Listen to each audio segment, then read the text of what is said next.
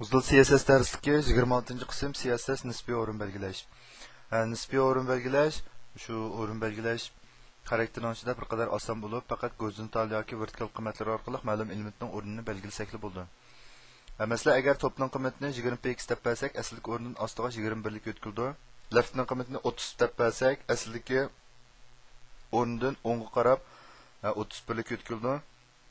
Buni kodga qaraydigan bo'lsak, ma'qulada tizildi buniki kodi.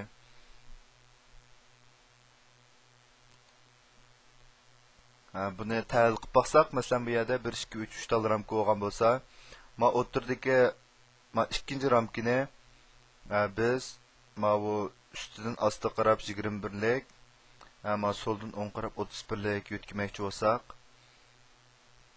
dal mush kodni ishlatamiz.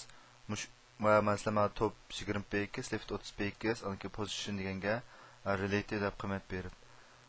Mush qiymat berilgandan keyin buningki yo'tkalgan o'rni ma o'ringa keldi. Aslidagi o'rni ma bu uzuksiz holatda ko'ringan holatga ma o'rin bo'lgan bo'lsa, yo'tkalgandan keyin ma o'rin keldi.